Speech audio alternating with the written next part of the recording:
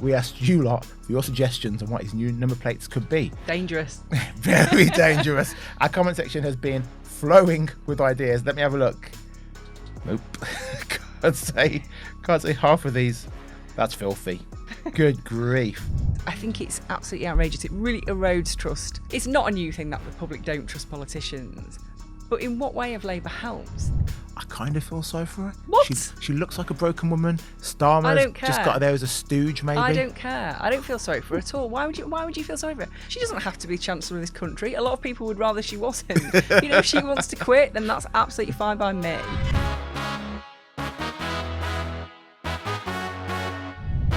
Welcome to Friday's edition of the Daily Expresso. I'm JJ, and this is Daily Express Deputy Editor Sam Lister. Sam, it's been weeks. They kept us apart, but we're finally reunited. Finally, I've been really looking forward to it, JJ. It's been ages. So it really has been. It should be fun. I've had some dunces in here. I've had James Walker, the straight talker. You can't, yeah. Terrible.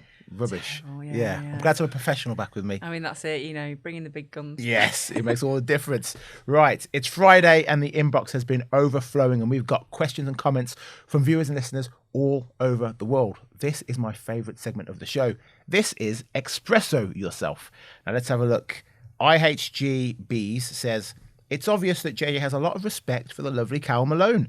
It is a joy to listen to your podcasts. Thank you. Does Carol have respect for me? That's the question.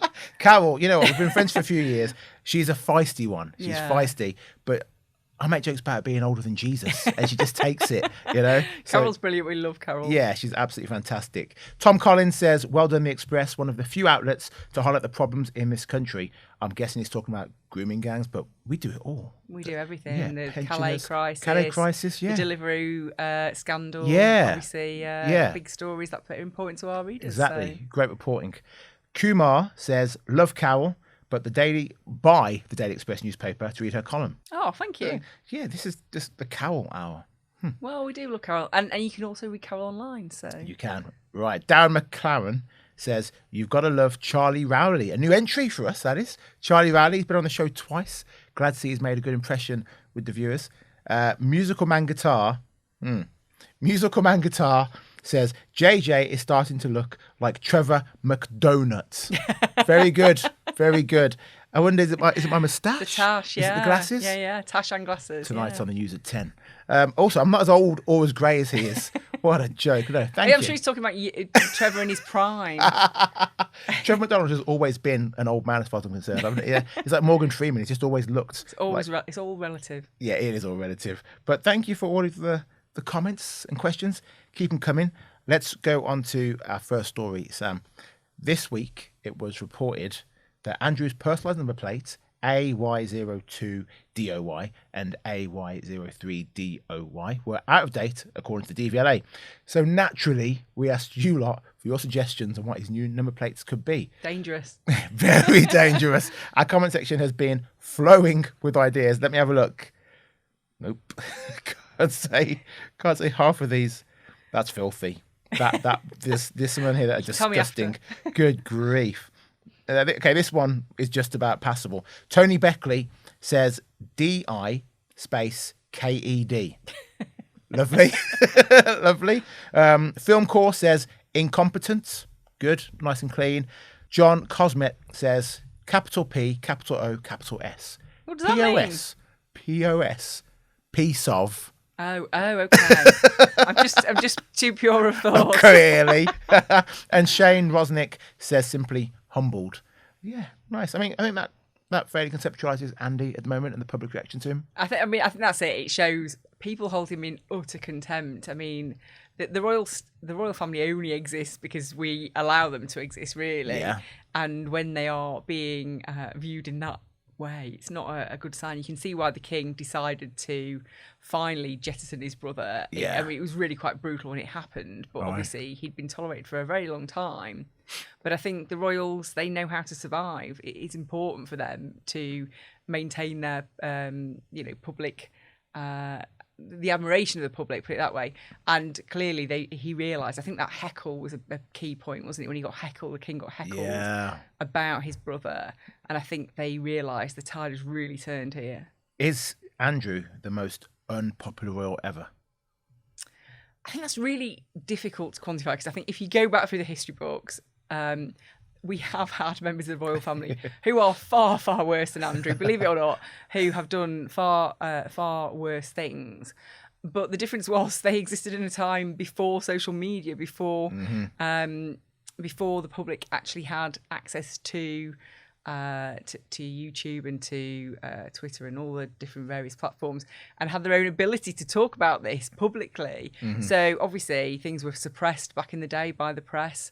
There was no means for the public to really find out how bad the royals were behaving, and now that just isn't the case. So I don't think he's been the worst behaved member of the royal family back in time, but he's certainly the one that is the most vilified. Gosh, if there's worse royals going back in time than him, why do we still have them? Why are they still a thing? Good grief. Well, what else are we going to put in the place? That is always the problem, isn't it? You know, you end up with a situation like America where you have an all-powerful president. Or, you know, look at France. We've got Emmanuel Macron over there. I'm not sure the French are that thrilled about having him. And I have been to the Elysee Palace, and it's pretty lavish. I mean, I think our Queen, the late Queen, with her little 2-bar fire and her Tupperware, lived a far more frugal life than Emmanuel Macron. Certainly, even the press over there, they get wine and 3-course lunches when they're doing a press conference. Wine and cheese. I thought you were going to say the press. No, they get a proper feed. You know. Well, that's good. We work very hard, the press. Absolutely. I'm not sure that our taxpayers would be that thrilled about, you know, buying us a glass of wine at lunchtime. If I'm honest. So now Andrew's been banished from royal privileges. Yeah. How is he going to afford to live? Like, Mummy's not around to protect him. Charlie apparently is going to give him a little bit of an allowance each year, but he's got no job. So how's he going to survive? He's got his army pension. Navy. But isn't that peanuts? 20,000 a year. He can't. With his spending, I mean, I don't think I could survive on 20,000 a year. That's why I have to work. I can't imagine him doing it with it. Going to need his servants, going to need a driver, He's going to have to cut his cloth, isn't he? That's what happens when your circumstances change. Yeah. I mean, let's not forget, he's getting somewhere to live, so he's not got rent to pay. Okay. Yeah, he's going to have to, you know, go on the express.co.uk, and there's plenty of handy tips on how to survive in this cost of living crisis, and maybe you should get on there and find some ways to reduce his heating bill and eke out a bit from those leftovers in the fridge. He's going to have to work hard to survive, yeah. Fair. Now, keep an eye out, because next week we have an in-depth chat with historian Andrew Loney, the unofficial biographer of Andrew Mountbatten Windsor. Spoiler alert, there's going to be some huge exclusive bombshells. This is going to shake the foundations of the royal family, so make sure you keep an eye out for that. Now, earlier this week, Rachel Reeves put the country on notice by saying each of us must do our bit, which really means prepare for a tax raid on your hard-earned money. The Chancellor has tried to blame Nigel Farage, Brexit, and the Tories for her looming raid on people's finances, and many of you have given your opinions in our comments. The people's can you names. read them? I can. It's now the names that are rude. Turd says the strivers will suffer to benefit the skivers. Rachel Reeves is grossly incompetent. A fair prediction? I think Turd has a really good point there, if I'm honest. It really is, isn't it? I mean, this is an absolute all-out assault on anyone who's actually ever tried to work hard, do the right thing, put a bit of money away.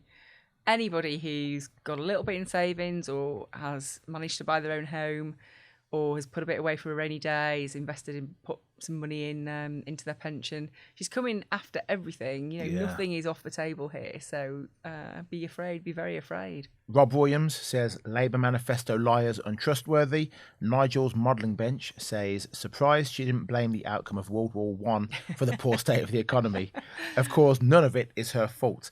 Yet she does seem to blame everyone else. It's nothing to do with the fact that her and Starmer mismanaged our finances. This was the thing. So I don't know if you watched the full thing, JJ, but I was listening to it on my way into work, and I was kind of just champing at the bit to get into that room to be able to ask some questions, because it was actually quite offensive, really. This blame game, this attack on Brexit. I mean, Brexit, it's 9 years since the country voted to leave. And obviously, it took a while to sort out that deal. But, you know, they knew about Brexit before they drew up that manifesto. It's not a new thing. She talks about the change in global circumstances. The global situation has not changed significantly. This is not like the Conservative government facing a pandemic followed by an invasion on European soil. Yeah.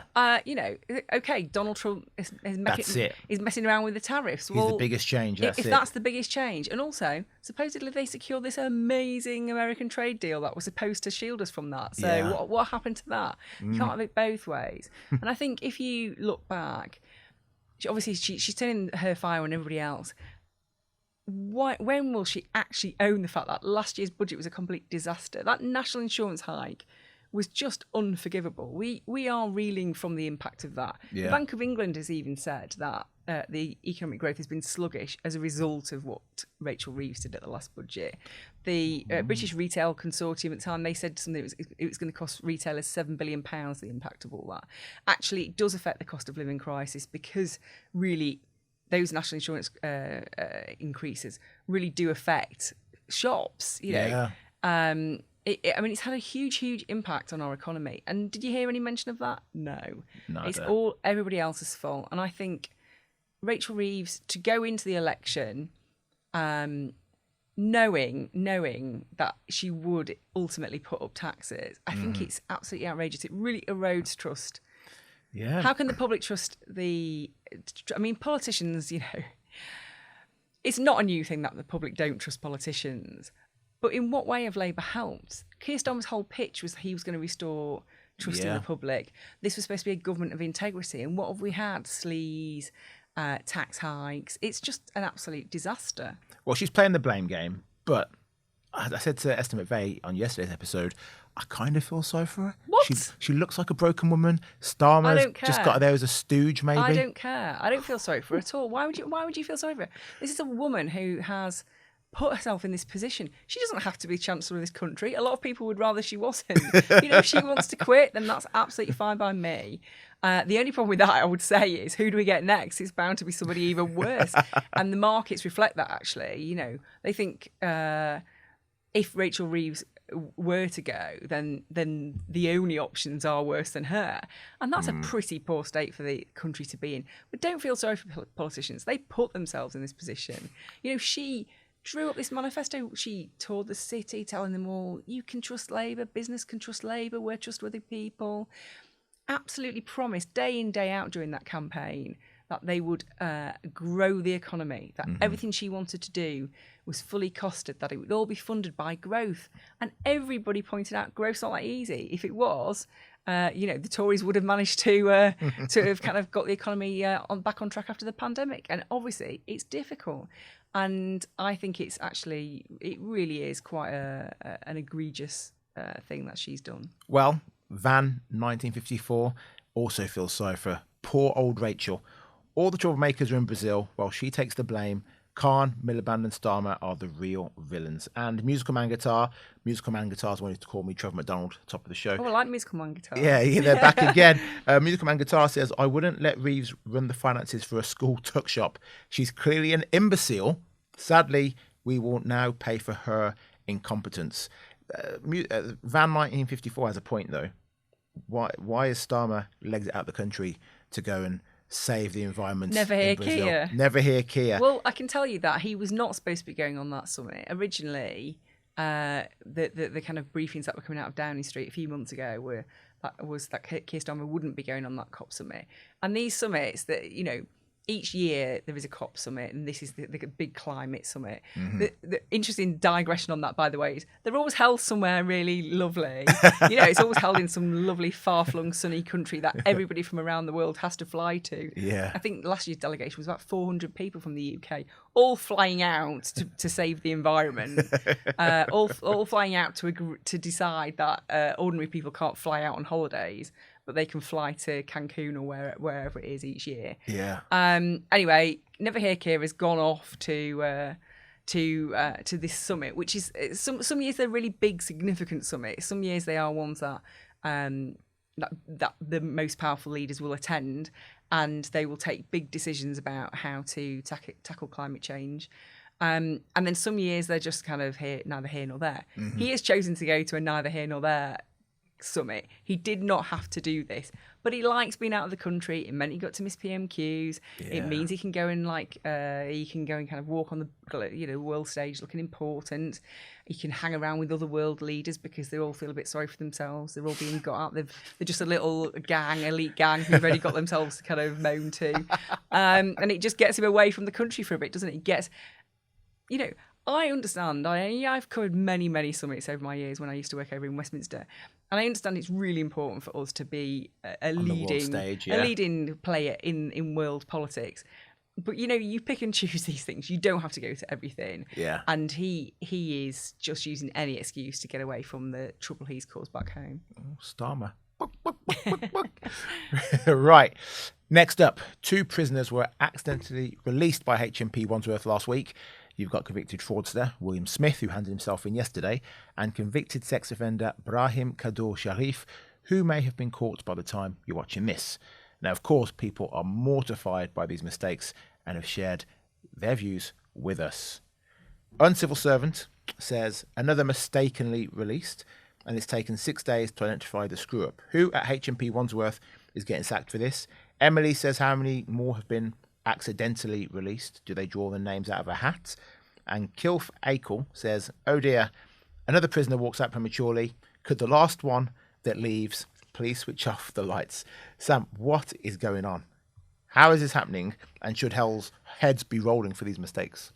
So I think if I'm going to be absolutely charitable to the Labour government, it is true that they inherited a really difficult situation with the prison system. And the justice system more generally. The courts are absolutely stretched to their limits. After the 2008 financial crash, the Conservative government, or the coalition government, they imposed a series of cuts on the Justice Department because actually when you are trying to save money, you have to look around for money that isn't going to kind of hit ordinary people. So they took quite a lot of money out of the system, and that has stored up problems. They also didn't build the prisons we needed. So that is I do understand they've inherited a bit of a mess. But that said, since they took power, the number of wrongful releases has just rocketed. It's absolutely rocketed. So they make the point that actually, this has always happened. That is true. But they've just jumped through the roof since Labour took power. Now, that can only be their fault. Now, well, I'm going to back on this one for you, because we're going to show the graph now. Yeah. This shows prison releases since 2006 until March 2025. Yeah. However, it was only from 2023 that they were showing figures that included late additions. So prior to 2023, you see the number of people who were being wrongly released is kind of stable. I mean, it's still more than 50 basically every year from 2006. From 2023 onwards, they would then say, okay, in 2023, only 50 people escaped, but we found out in 2024 that actually it was another 50 people had escaped. So then would add that number back to the previous year, if that makes sense. No. No. So prior to that... I'm going with it, JJ. I'm going with it. So basically, they were not adding in new people who'd been released and they didn't realise until the following year. Does that make sense? Am I making sense? Let's go with it. Am I making sense, viewers? So the numbers are skewed to make it look like it's gotten worse more recently, but actually... they're just better at accounting now than they were previously. This is the age-old thing.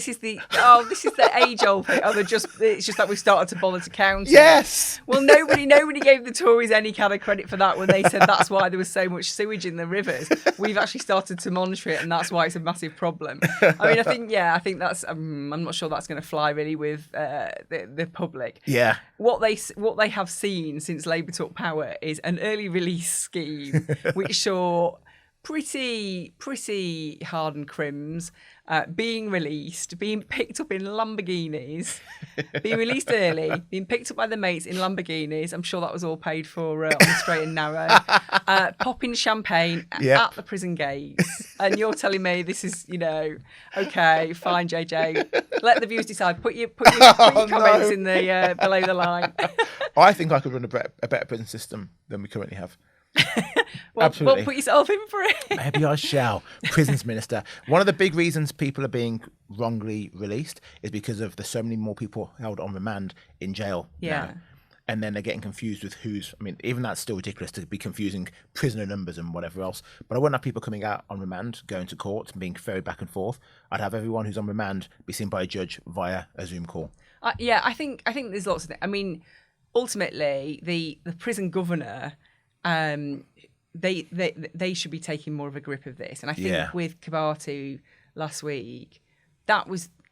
If you're the governor of a prison with the most famous criminal in the country, at that time, you know, a man who has sparked riots on our streets, would you not think that, okay, when he comes into my jail, I'm going to make sure from day one I know exactly where he is, what day he's going out and where he's going, and I'm going to put my best man or woman on that exit and make sure it all goes smoothly. And I just find it astonishing that you would allow...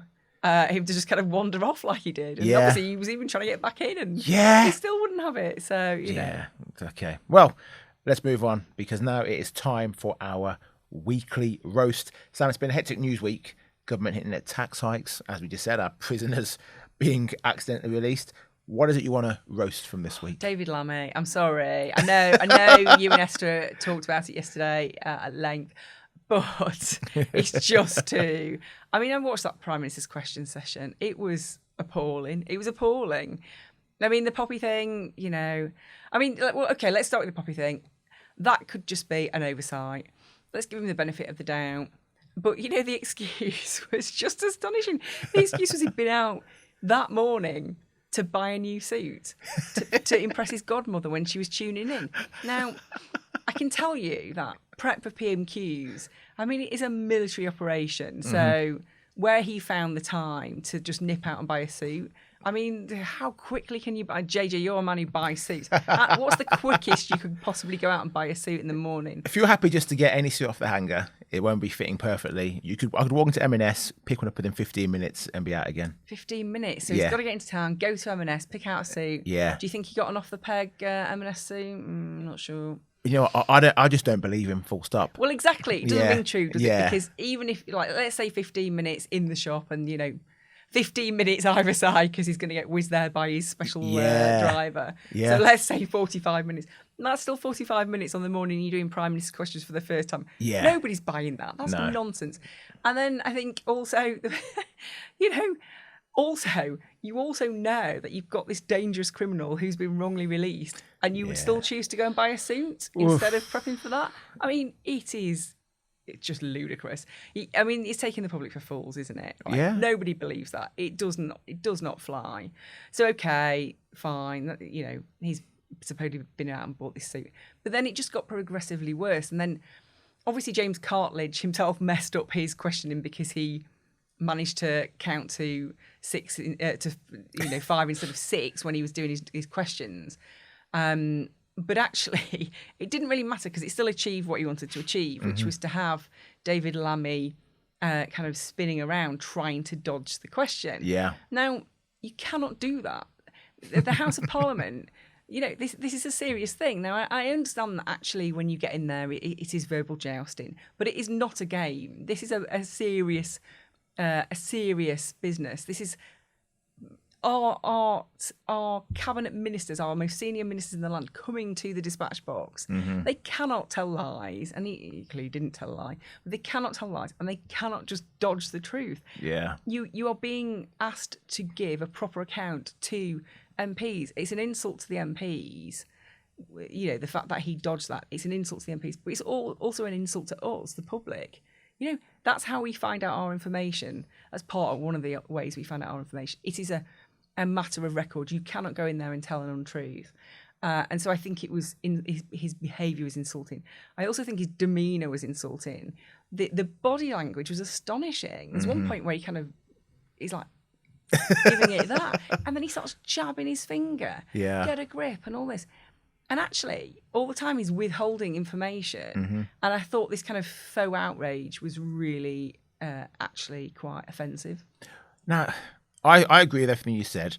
But I would say that's all I see when I watch most of our politicians, where no matter who's at the dispatch box, I find them to be not very honest and always a bit evasive and giving half answers and not full truths. Except for maybe, I can go back to maybe David Cameron and Osborne, but when they did it, they were a bit more open.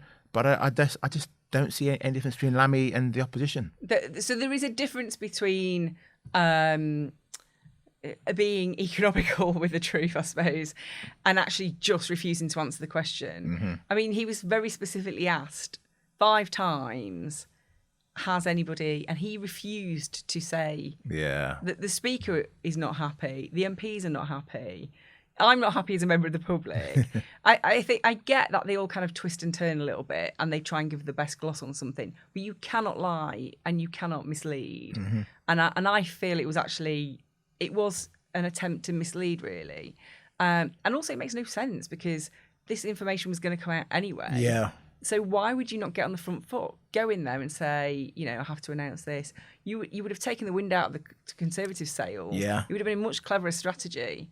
But then, I don't know. This is a man who can't remember to put his poppy on. So, and also, I cannot help but remember David Lammy's kind of past misdemeanors. And obviously politicians, anybody, even us sitting here, anybody can make a mistake and be vilified for it. And it can be pretty cruel to kind of face the blowback on that. And so I feel like you should be kind of charitable to people if they slip up. But, this is a man with a series of idiotic and actually sometimes offensive misdemeanor. So obviously there's the infamous one where he decides to put out a video where he's bemoaning the lack of police on the streets while there's a copper stood right behind him. Yep.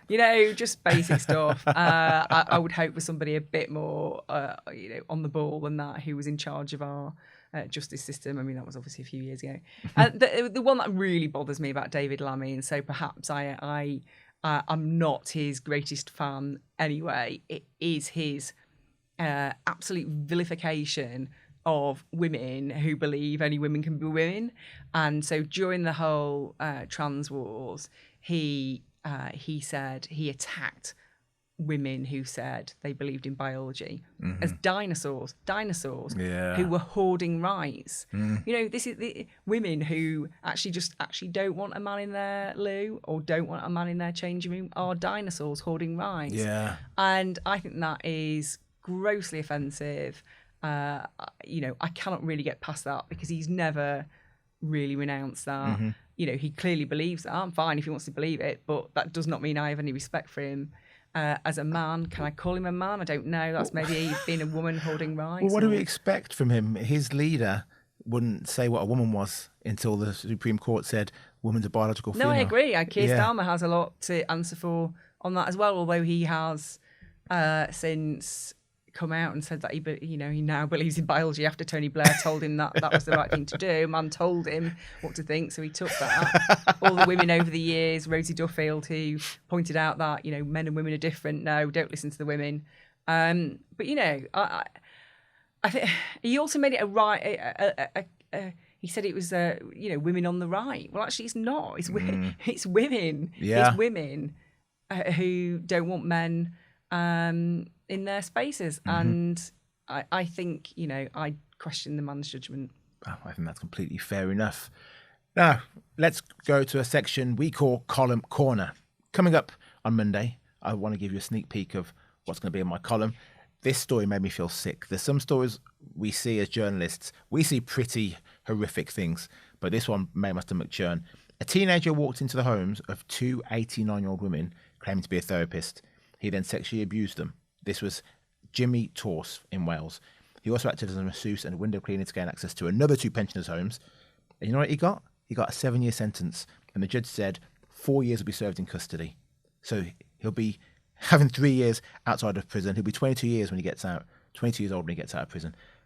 It makes my blood boil, and we need to get the justice system changed. I know we're stuck with old precedents and common law, and that's what dictates our laws. We need a refresh. There's no way someone can do this and be out on the streets. So that's what the main part of my column is about on Monday. Yeah, I think that's it's absolutely appalling, and I think Can this guy be rehabilitated? I think even with the best will in the world, in the system we've got at the moment, that's unlikely, isn't it? Yeah. So, if that is unlikely to be the case, then you would hope the public were protected for as long as possible. Chemically castrate him. That's all I'm going to say about it. That's all I'm going to say. Chemically castrate the boy. I think that's right. Okay, well, now put the world to rights. Sam Lister, fantastic having you back in the hot Pleasure. seat. Okay, well, keep your lovely comments coming in. We always want to know what you think and who you want to see on the show. Thank you for watching the Daily Expresso. Join us again on Monday where we get stuck into the headlines once again. Bye-bye.